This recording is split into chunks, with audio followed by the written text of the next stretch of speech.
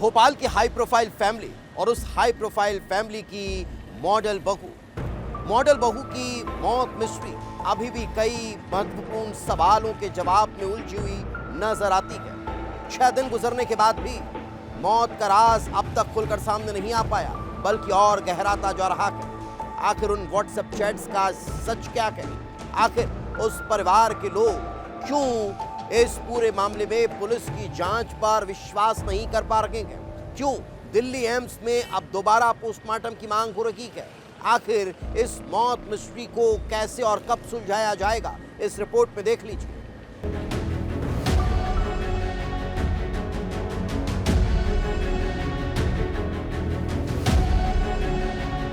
कोई सुनवाई नहीं करता, बस यहाँ से वहाँ घुमा देते हमको। आश्वासन देते हैं, कुछ नहीं करते। जो भी हो रहा है बहुत गलत हो रहा है। मतलब अगर किसी के पास पावर है ऐसे देश में, तो मुझे अपने नहीं रहना। मीडिया है जो सच्चाई लाएगी सामने।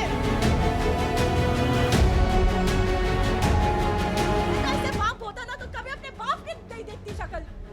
इतना घटिया लोगों।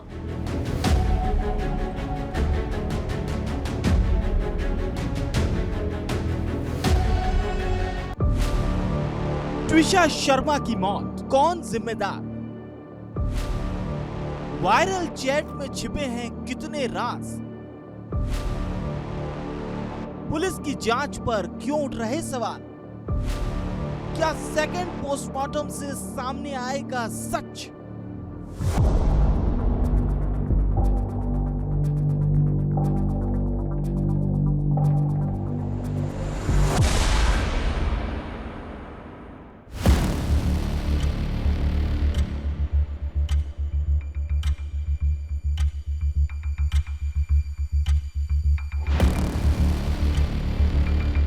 भोपाल के कटारा हिल्स में 12 मई को मर्डर और एक्टर रही ट्विशा शर्मा की संदिग्ध मौत हो जाती है। ससुराल वाले इसे सुसाइड बताते हैं कि ट्विशा शर्मा ने फांसी लगाकर जान दे दी, लेकिन परिजन इसे सिर्फ और सिर्फ मर्डर मान रहे हैं। सास रिटायर्ड जज गिरिबाला सिंह और पति क्रिमिनल लॉयर समर्थ सिंह पर गंभीर आरोप लगते हैं। हंगामा, जांच और आरोपों के बीच गिरिबाला सिंह और उनके बेटे पर दहेज हत्या का मामला दर्ज होता है।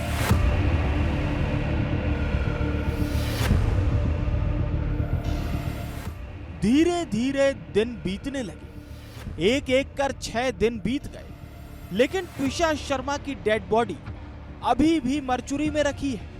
ट्विशा की लाश को अंतिम संस्कार का इंतजार है, लेकिन परिवार बॉडी लेने के लिए तैयार नहीं है, क्योंकि उसे भोपाल पुलिस की जांच पर भरोसा नहीं है। परिवार चाहता है कि ट्विशा की लाश को दोबारा पोस्टमार्टम हो, वो भी दिल्ली एम्स, क्योंकि उन्हें अंदेशा है कि भोपाल में पुलिस से लेकर वकील और हर महकमे में रिटायर्ड जज और उनके बेटे के लोग बैठे हुए हैं।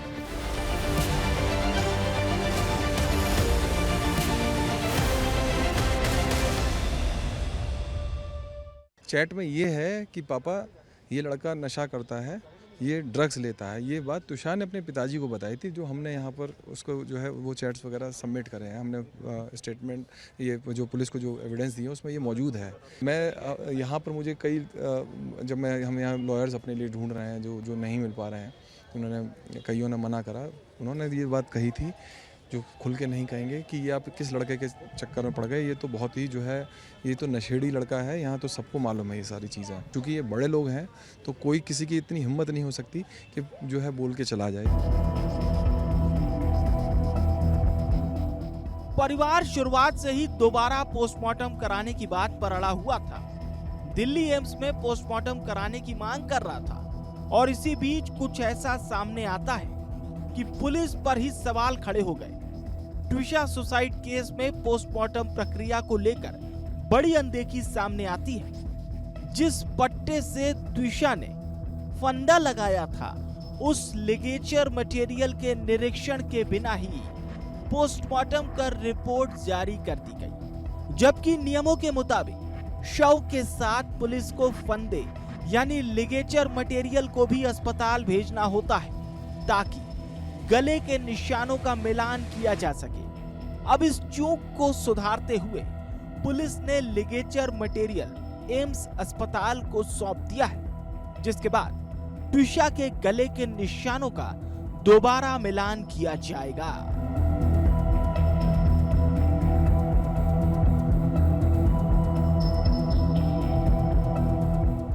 तुरंत ही प्रशासन बॉडी को दिल्ली एम्स ट्रांसफ़र कराने की व्यवस्था करे, तब हमें जब तक दूसरा पोस्टमार्टम नहीं हो जाता, क्योंकि ये तो केस अभी अदालतों में चलना है, उसके लिए साक्ष्य नष्ट ना हो, उसका सेकंड पोस्टमार्टम तुरंत हो, जिसके लिए तुरंत यहाँ से बॉडी को यहाँ से भेजा जाए प्रशासन की तरफ से।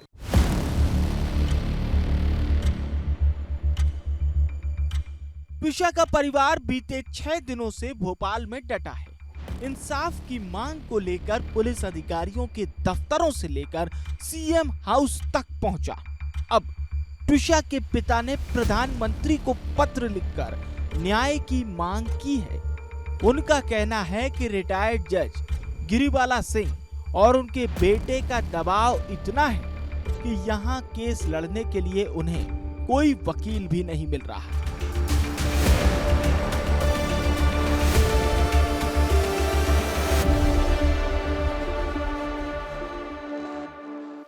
दुनिया को पता लगे कि ये एक्चुअल में क्या लोग हैं, इनके बैकग्राउंड्स हैं जो कि छुपाए गए हैं। हमने पीएम को पत्र लिखा है क्योंकि हम यहाँ पर एक ऐसी सिस्टम के खिलाफ लड़ रहे हैं। लोकायुक्त सत्येंद्र सिंह जी इसमें डायरेक्ट इन्फ्लुएंस कर रहे हैं। इनके जुडिशरी है, इनके मेडिकल में लोग हैं, इनके प्रेस में लोग हैं, इनके सारी जगह लोग खड़े हैं ताकि जो है हम अपनी जो है न्याय ना मिल पाए, बॉडी को कैसे भी डिस्ट्रॉय किया जाए। सबसे ज़्यादा सभी लोगों का सहयोग चाहिए कि बॉडी डिकम्पोज ना हो, उसको सही से प्रिजर्व किया जाए और इसको सुरक्षित जल्दी से जल्दी एम्स दिल्ली पहुंचाए।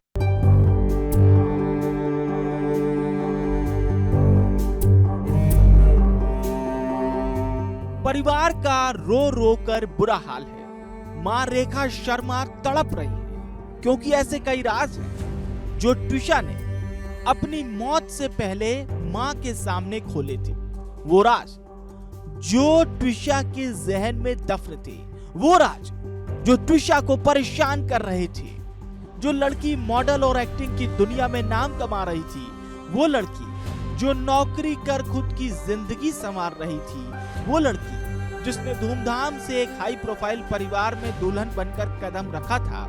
आखिर ऐसा क्या हुआ कि महज कुछ ही महीनों में उसकी जिंदगी नर्क हो गई? आखिर वो क्यों अपनी मां को बार बार घर वापस ले जाने के लिए मैसेज करती थी? क्यों वो ट्विशा ये कहती थी कि उसकी जिंदगी को नर्क बना दिया गया है? आखिर उसे अपने ही परिवार में घुटन क्यों होने लगी थी? क्यों वो लड़की अपनी सहेली से कहती है कि वो एक जाल में फंस चुकी है?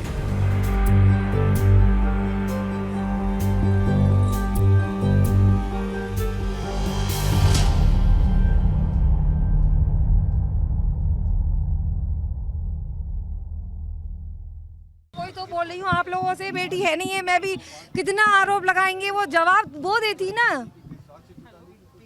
कितना आरोप लगाएंगे, बेटी नहीं है मेरी। अपने बेटे से पूछे ना, अपने बेटे का टेस्ट कराए हर रोज, हर 15 दिन में, हर 1 महीने में। पता नहीं, उस दिन भी यही जज साहिबा थी जो गिरिबाला सिंह को जमानत दे दी, आज भी यही है। अब भगवान ही हमारे न्याय देगा। ट्विशा के व्हाट्सएप चैट हैरान कर रहे थे। भोपाल से लेकर दिल्ली तक ट्विशा को इंसाफ दिलाने के लिए प्रदर्शन होने लगे। इधर ट्विशा की सास रिटायर्ड जज गिरिबाला सिंह को पहले ही अग्रिम जमानत मिल चुकी थी, लेकिन कोर्ट ने उनके बेटे और ट्विशा के पति समर्थ सिंह की जमानत याचिका को खारिज कर दिया है। पुलिस ने समर्थ सिंह की तलाश में छापेमारी तेज कर दी है और 10,000 रुपए के इनाम का ऐलान कर दिया है।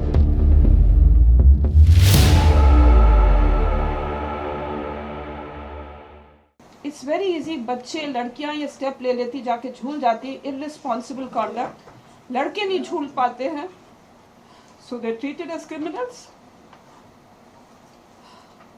7th को she must have taken the पिल।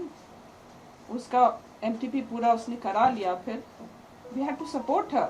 शाम को मैं ऑफिस से आती थी, उस गोद में सर लेकर बैठती थी, because she had lot of you know, to bear a child is lot of hormonal balances also.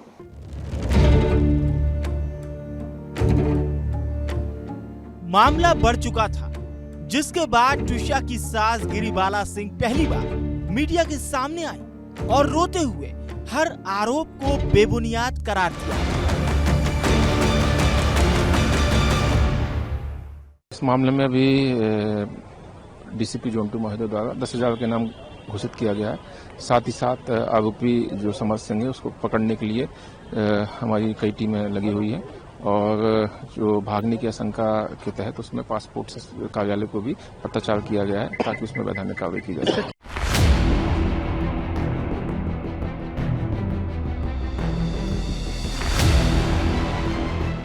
अब सवाल यही है कि आखिर ट्विशा की मौत का असली सच क्या है?